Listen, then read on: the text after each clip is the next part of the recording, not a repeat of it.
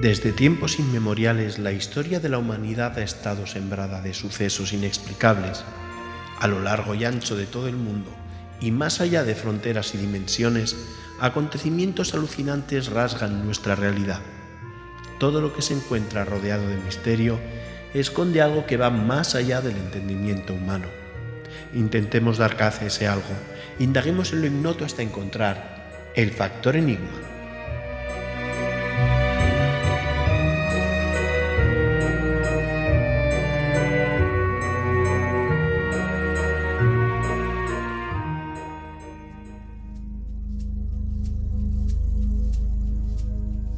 Hola, ¿qué tal? ¿Has vuelto a visitarme? Me alegro. Te doy la bienvenida a este pequeño rincón, donde entre libros, documentos, legajos y cajones llenos de pruebas y objetos asombrosos, repaso junto a ti los más misteriosos sucesos. Espero que vengas con ganas de misterio, pues estos últimos días he estado repasando un caso que llamó mi atención poderosamente desde la primera vez que oí hablar de él. En estos hechos que acontecieron a finales de los años 80 en una localidad del sur de España, convergieron nuevamente varios misterios. Por un lado los ovnis, pues los jóvenes testigos observaron durante varias noches luces que ejecutaron extrañas evoluciones sobre la costa. La historia se complicó con la aparición de unos seres humanoides que presentaron un curioso comportamiento en la playa. Pero ya lo que rizó el rizo fue la supuesta transformación de dos de estos seres que adquirieron una apariencia perfectamente humana y abandonaron la playa, entrando al pueblo y entremezclándose con sus habitantes como dos turistas más. Este no se trata ni del primer ni del último caso estudiado en España de lo que llamamos el fenómeno de los infiltrados, seres que aparentemente no pertenecen a esta humanidad, pero que conviven entre nosotros sin que seamos conscientes de ello. Se trata de un caso tan complejo que tiene tantos defensores como detractores y al que se le han dado explicaciones racionales. Y que conste que entrecomillo lo de racional, porque a mi entender, desconocido no significa lo mismo que irracional. Como ya te dije, mi teoría es que todo misterio, por muy extraño que sea, obedece a unas causas, eso a lo que yo llamo el factor enigma, y que según algunos investigadores en este suceso está más que desvelado, pero para otros sigue siendo una verdadera incógnita. Así que toma asiento, te invito a una taza de té caliente mientras te acomodas para que te ponga al día de cómo las crónicas cuentan que sucedieron los hechos.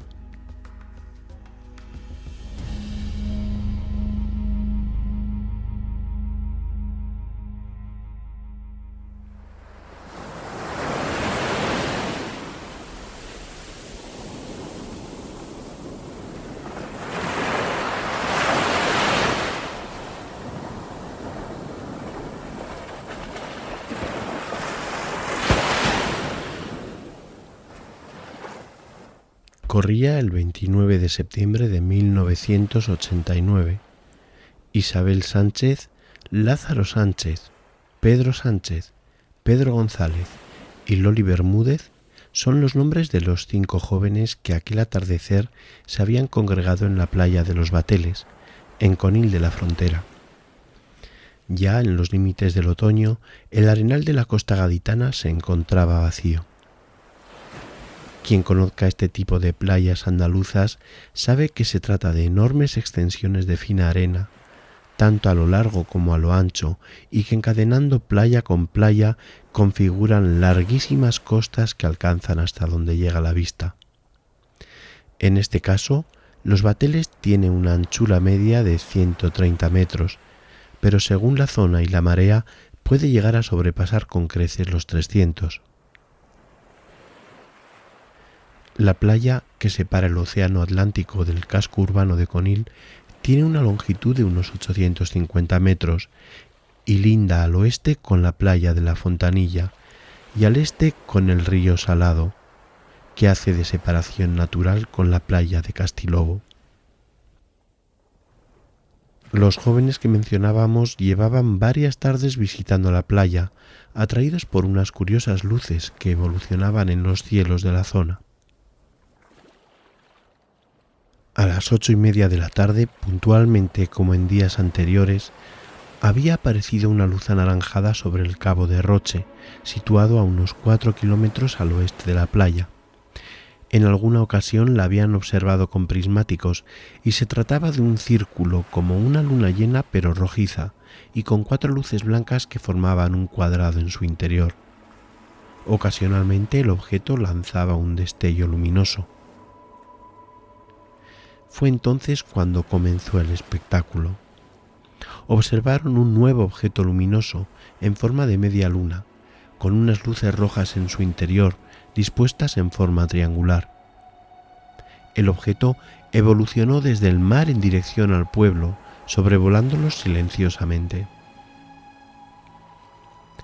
Momentos después de la desaparición del semicírculo luminoso, un tercer objeto, una luz destelleante, apareció sobre ellos. Daba la sensación de que se comunicaba a través de los destellos con la luz situada en el cabo, la que llevaban varios días viendo. La observación de este juego de luces se prolongó durante aproximadamente media hora, hasta que ocurrió algo que desvió su atención de inmediato.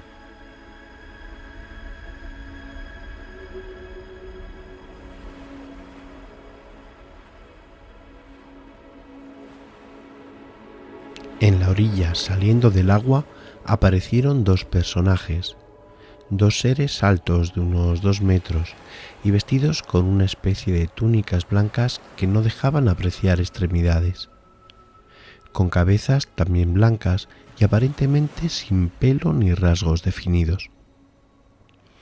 Esta extraña apariencia bastó para que los testigos sintiesen el suficiente acongoje como para poner arena de por medio cuando vieron que los seres se acercaban a ellos con un avanzar torpe. Finalmente se aproximaron hasta una distancia de unos 20 metros. Los seres se habían detenido y los vieron girar sobre sí mismos, quedando orientados hacia la luz del cabo de Roche. Fue entonces cuando una especie de luminaria, blanca azulada, del tamaño aproximado de una pelota de tenis, apareció a unos 7 u 8 metros por encima de los personajes y, precipitándose sobre ellos, desapareció cuando se encontraba a medio metro sobre sus extrañas cabezas. En ese momento, las 2 curiosas siluetas se sentaron en el suelo y en breves instantes crearon una especie de montículo o parapeto con la arena, tras lo cual se tumbaron de una forma poco natural, muy rígida, sin doblar ni apoyar los brazos. Las figuras estaban extendidas una junto a la otra cuando comenzaron a pasarse una especie de esferita de un azul brillante. En ese momento, Pedro González, que era el que tenía en sus manos los prismáticos, a través de estos observó un tercer ser, justo al lado de los primeros. Un ser mucho más alto, que rondaría los 3 metros, oscuramente vestido y con una enorme cabeza con forma de pera invertida. Pedro se deshizo de los prismáticos repentinamente y se alejó del grupo, siendo alcanzado a los pocos metros por Pedro Sánchez, que le detuvo y le interrogó sobre el motivo de su huida. Decidieron regresar al grupo sin mencionar lo que González había observado, para evitar el pánico. El ser no fue visto nuevamente, pero un nuevo suceso asombró a los testigos. Cuando los 2 individuos que permanecían tumbados en la arena dejaron su juego de pasarse la esferita azulada, tras unos segundos se incorporaron. Nada quedaba de los extraños seres originales. Ahora se trataba de una pareja normal y corriente, con el aspecto de un hombre con pantalón vaquero y camisa y una mujer con blusa y falda larga, él rubio y ella morena. Giraron y se pusieron a caminar en dirección al paseo marítimo que demarcaba la frontera entre la playa y el pueblo. Cuando la pareja prácticamente había llegado a abandonar el arenal, Isabel y Loli observaron una especie de nubecilla blanca que desde el mar se iba acercando a toda velocidad hacia la orilla, flotando sobre el agua. Cuando la nube alcanzó tierra, se desvaneció, y en su lugar se pudo ver un nuevo humanoide de unos 3 metros de alto, con una especie de mono negro y una enorme cabeza blanca. Pedro Sánchez lo observó entonces a través de los prismáticos. Aquel ser permaneció mirando a los muchachos unos segundos, y después comenzó a desplazarse hacia el oeste. No caminaba, sino que más bien flotaba sobre el suelo. Lázaro y Pedro González echaron inexplicablemente a correr tras el humanoide. No llegaron a acercarse a menos de 50 metros del ser, y finalmente, ante los gritos del resto de los testigos que les pedían que pararan, se detuvieron. El ser también se paró y se giró hacia ellos. El humanoide tenía una gran cabeza blanca con forma de pera invertida y unos grandes y oscuros ojos negros. Pedro González y Lázaro, aterrados, huyeron en dirección a sus amigos, y el ser continuó su camino, perdiéndose en la oscuridad. La pista de la pareja también se había perdido.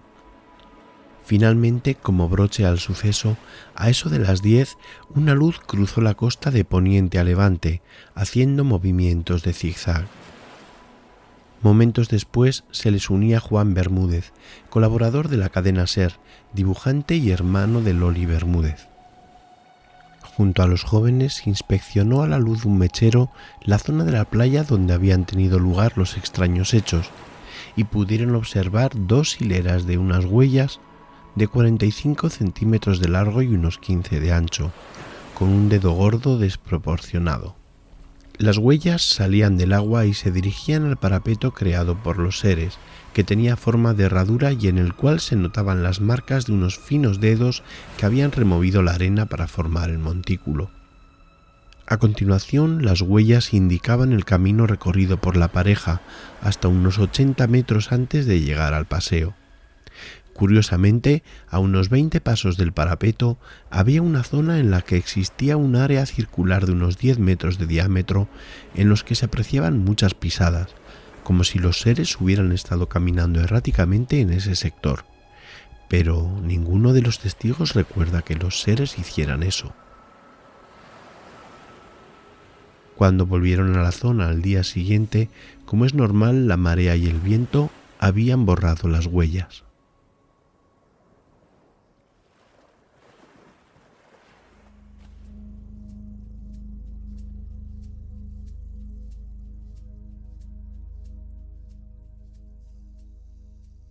¿Aún te queda té? ¿Quieres otro? Bueno, pues esta es la historia tal y como la contaba Juan José Benítez en su libro La Quinta Columna, que parece ser la revisión más mediática del caso. Varios investigadores más estudiaron el suceso y en algunas de sus reconstrucciones hay ligeras variaciones respecto a la de Benítez. Por ejemplo, en el blog de José Antonio Caravaca habla de que el ser que en un primer momento solo fue visto por Pedro González no llega a desaparecer y permanece en la escena hasta el momento de que comienza a desplazarse acompañado de una especie de bruma para ser perseguido por 2 de los testigos y así distraer la atención del grupo de la pareja que se infiltraba en la población. Parte esta diferencia en el relato, que a mí me parece bastante notable, de cómo han entendido los investigadores el suceso al encuestar a los testigos, o es una incoherencia en la narración de los jóvenes a diferentes investigadores. Se habló también de que los extraños personajes se registraron en un hotel con el nombre de una pareja alemana que realmente existía, pero que no estuvo en Conil en esas fechas, permaneciendo en la localidad por un espacio de 15 días. Si tirásemos de todos los hilos, estoy seguro de que podríamos hablar durante horas de este caso, pues existen sucesos anteriores y posteriores en la zona que podrían relacionarse con él. Se habla de averías en los radares por aquellas fechas, de aparición de luces con informes de la policía local y la Guardia Civil, y de extraños encuentros como por ejemplo lo sucedido el 15 de octubre, unas 2 semanas después, y que narra como testigo en primera persona el investigador Jesús Borrego.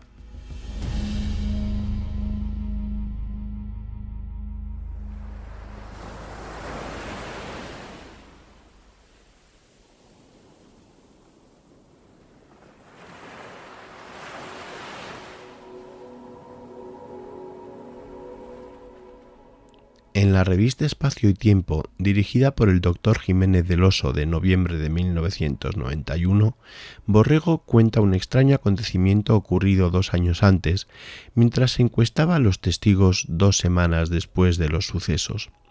Se encontraban en la playa de los Bateles, recordando los hechos aproximadamente a la misma hora en la que sucedieron. Se dirigían ya de la arena hacia el paseo, cuando de repente se cruzaron con una pareja idéntica a la que habían visto los testigos la noche de autos, y que estaba entrando a la playa desde el paseo. Siguieron a esta pareja a una distancia de unos 150 metros, pero ellos, al llegar a la orilla, simplemente se esfumaron.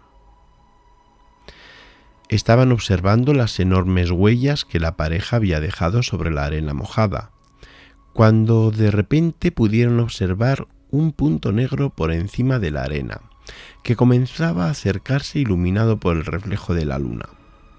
El extraño fenómeno se aproximaba desde una distancia superior a los 4 kilómetros, tomando como referencia una torre en la playa del Palmar, al este de la de los Bateles. Ese punto negro cubrió esa distancia en 45 segundos, lo cual indica una velocidad aproximada de 100 metros por segundo. A medida que el punto se iba acercando y la perspectiva se iba ampliando, fue tomando forma humana.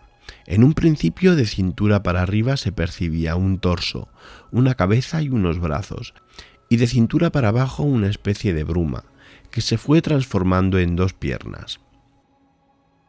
Esta silueta redujo la velocidad y pasó junto al grupo prácticamente caminando. Se trataba de una mujer y al poco de rebasarlos, otro ser masculino, similar al anteriormente visto, surgió de la nada. Se acercó a ella y tras comentarle algo continuaron caminando hacia el oeste.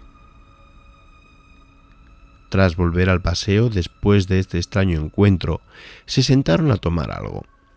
Y aproximadamente sobre las 12 de la noche vieron que la pareja que había desaparecido volvía al paseo por el mismo lugar por el que había entrado a la playa. Uno de los muchachos, que portaba una cámara de Super 8, los filmó descaradamente. Los extraños individuos entraron al pueblo y se perdieron entre la multitud. Pero como mandan los cánones, al momento de revelar la película, esta estaba velada.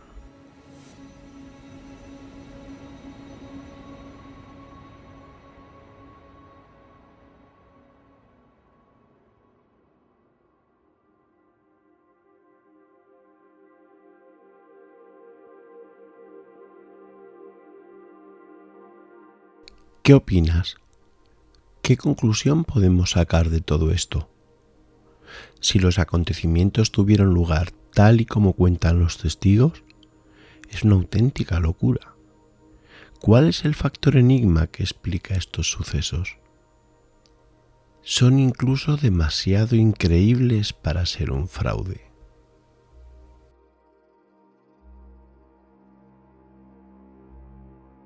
El grupo GEIFO, siglas de Grupo Español de Investigación del Fenómeno OVNI, investigó el suceso y el 16 de octubre de 1989 publicó en prensa la explicación que dio al caso.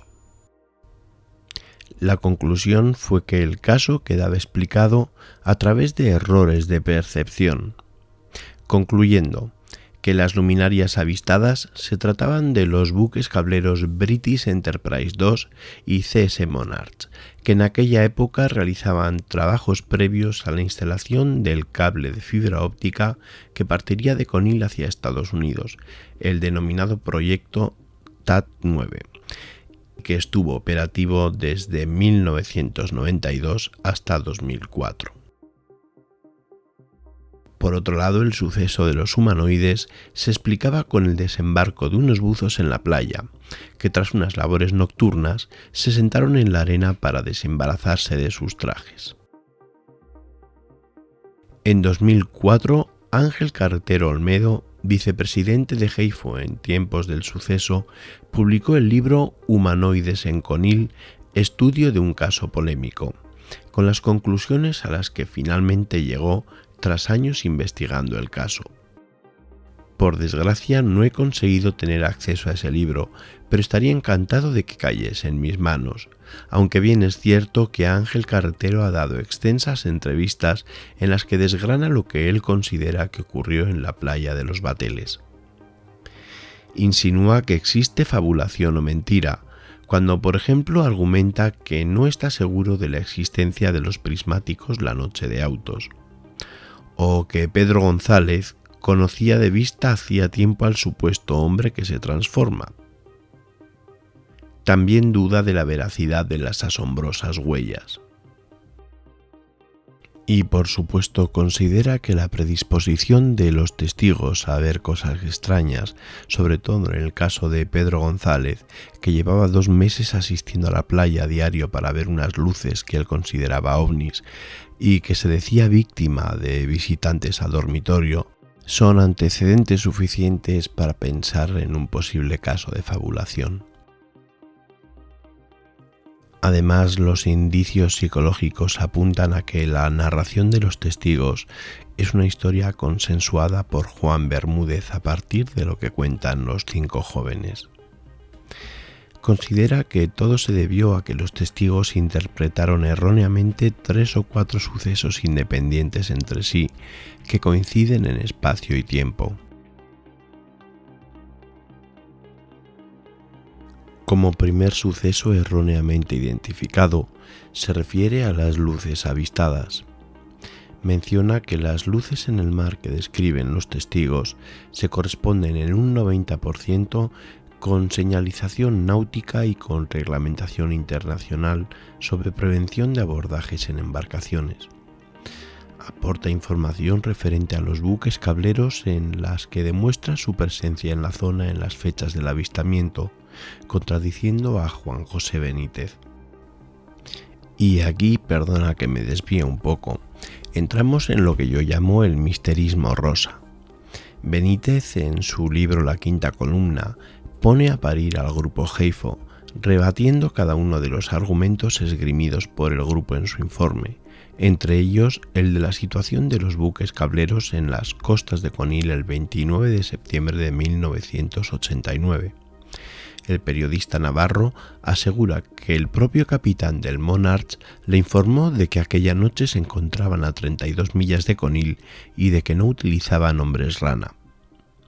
Y Ángel Carretero, que fue uno de los redactores del informe de GEIFO, incluye en su libro un capítulo entero dedicado a contraargumentar a Benítez. Hay que decir que casualmente en aquella época Carretero trabajaba para una empresa relacionada con la instalación del cable de fibra óptica y confirma que precisamente la noche de los avistamientos el Monarch se aproximó a 7.000 metros de la costa porque se le enredó un cabo en una hélice y solicitó la presencia de buzos para solucionarlo. Carretero asegura que él estaba en la zona aquella noche y que incluso a la hora de los avistamientos estaba por el paseo tomándose unas cañitas. ¿A quién creemos? Como segundo suceso erróneamente identificado, considera a la pareja. El momento de los 2 seres tumbados en la playa, parapetados tras un montículo de arena, es explicado con la idea de revolcón en la playa.